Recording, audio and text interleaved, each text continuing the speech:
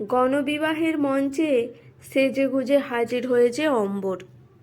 অবশ্য যেটুকু সাজসজ্জা তার পক্ষে সম্ভব, রানীর বাতিল লিপস্টিক, কাচের চুড়ি আর একটা ঝলমলে শাড়ি।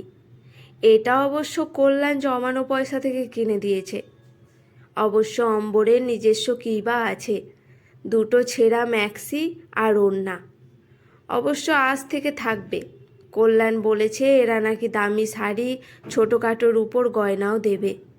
তার শ্রীধন সহজ ব্যাপার।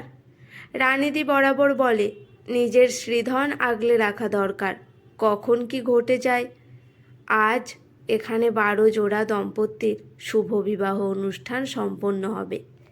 এমনিতে অম্বরকে বেশ সুন্দর দেখতে, চটকদার চেহারা, হাসলে নাকি পুরো মাধুরী দীক্ষিত, কল্যাণ বলে।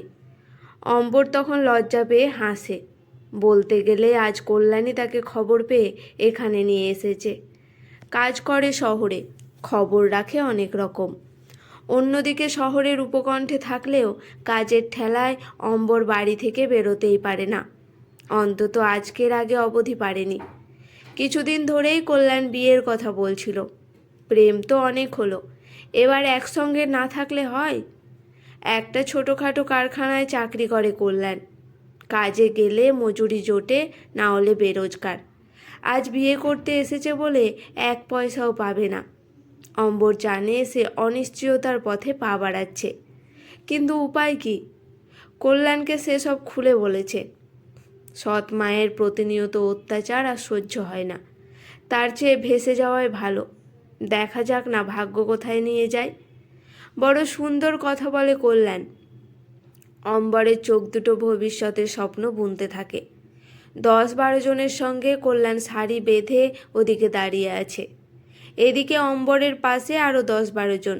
বেশ চিকন হলেও দেখে বোঝা যায় সবাই অভাবী ঘরের মেয়ে। রূপোর ওপর সোনার জল করা নেকলেস, দুল, আংটি পেয়ে খুব খুশি। হয়তো ভেবেছিল কোনোদিনই পয়সার অভাবে বিয়ে হবে না, কিন্তু আজ বিয়ে হচ্ছে। অনেকেরই হচ্ছে পছন্দের মানুষের সঙ্গে, বেশ জাঁকজমক করেই হচ্ছে। অভাবিত সৌভাগ্যে ওদের ঠোঁটে হাসি আর ধরে না। অম্বরের পাশের মেয়েটা উল্টো দিকে দাঁড়ানো একটা ছেলেকে দেখে চোখ টিপল। সেও পাল্টা মুচকি হাসি ফিরিয়ে দিল। হাতের ওপর হাত রাখা পারা সহজ নয়, সারা জীবন বইতে পারা সহজ নয়। কথাগুলো বারবার মুখস্থের মতো বলতো কল্যাণ। সানায়ের সুরে আজ তার হাত কল্যাণের হাতের ওপর। অম্বরের হাত হালকা চাপ দিল কল্যাণ, যেন বলতে চাইল আমি আছি, ভরসা রেখো, থাকবো চিরদিন। মন্ত্রের ছন্দে বিসমিল্লাহ সানায়ে 12 জন দম্পতির বিয়ে হয়ে গেল। ওরা পেল colour TV, oven, Banarasi sari, সোনার পাতলা একটা আংটি, সঙ্গে 5,001 টাকা নতুন সংসার সাজানোর জন্য।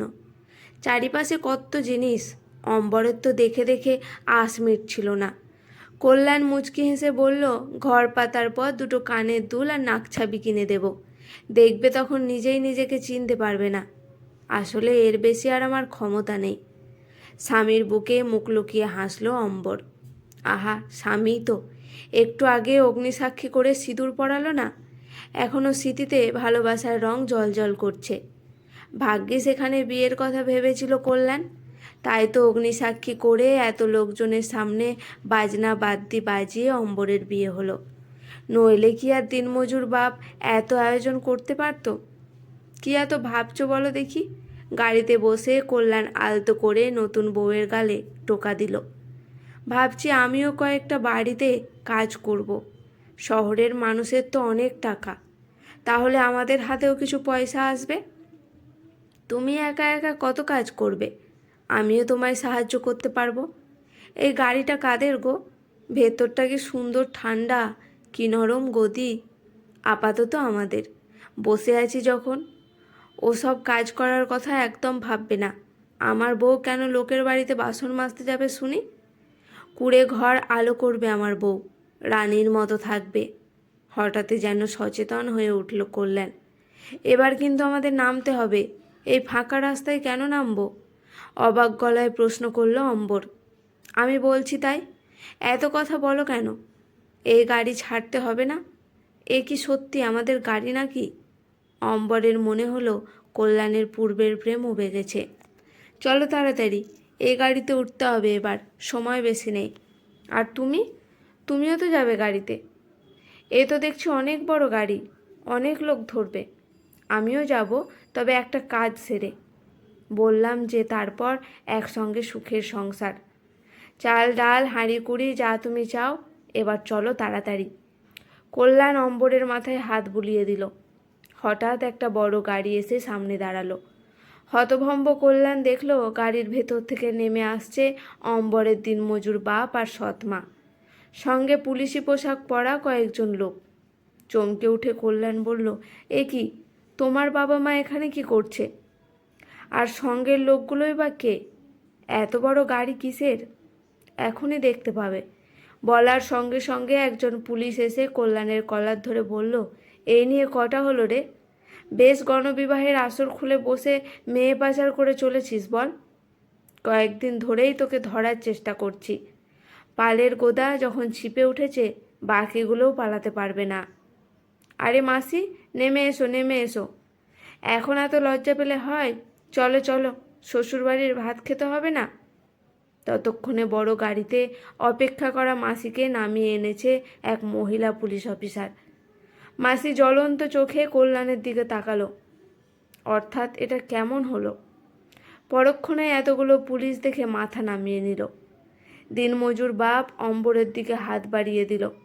থ্যাঙ্কস ম্যাডাম, আপনি এতখানি সাহসিকতার পরিচয় না দিলে এরা দিনের পর দিন গণবিবাহের নামে নারী পাচার কার্য চালিয়ে যেত। পয়সার লোভে নামে মাত্র বিয়ে দিয়ে বোকা মেয়েগুলোকে তুলে দিত পতিতাপল্লীতে। আর কোনো দিন সেখান থেকে তারা বেরোতে পারত না। এবার দেখতে হবে কানের পিছনে থাকা আসল মাথাটাকে। 3rd ডিগ্রির কড়া দাওয়ায় খেলেই দিব্যি মুখ খুলবে। হাসল অম্বর। নইলে আমি তো রইলামই, চিন্তা কি? গাড়ির দিকে এগিয়ে গেল। কে কে ইনি? দীপ্ত ভঙ্গিতে অম্বরের হেঁটে যাওয়া দেখতে দেখতে প্রশ্ন করল কল্যাণ। বাজে ভেঙে পড়া গাছের মতোই এখন তাকে দেখতে লাগছে। উনি সিআইডি ইন্সপেক্টর মিস অম্বর বসু, তোমার সদ্য বিবাহিত স্ত্রী। হো হো করে হেসে উঠল অম্বরের সৎমা। আর আমি তোমার শাশুড়ি ললিতা চ্যাটার্জি। এবার শ্বশুরবাড়ি চলো। কুঠুরির মধ্যে আয়েশ করে অষ্টমঙ্গলার পঞ্চব্যঞ্জন খেতে হবে তো। আজকের গল্পটি এখানেই সমাপ্ত। গল্পটি কেমন লাগলো অবশ্যই কমেন্ট করে জানাবেন। ভালো লাগলে পাশে থাকবেন।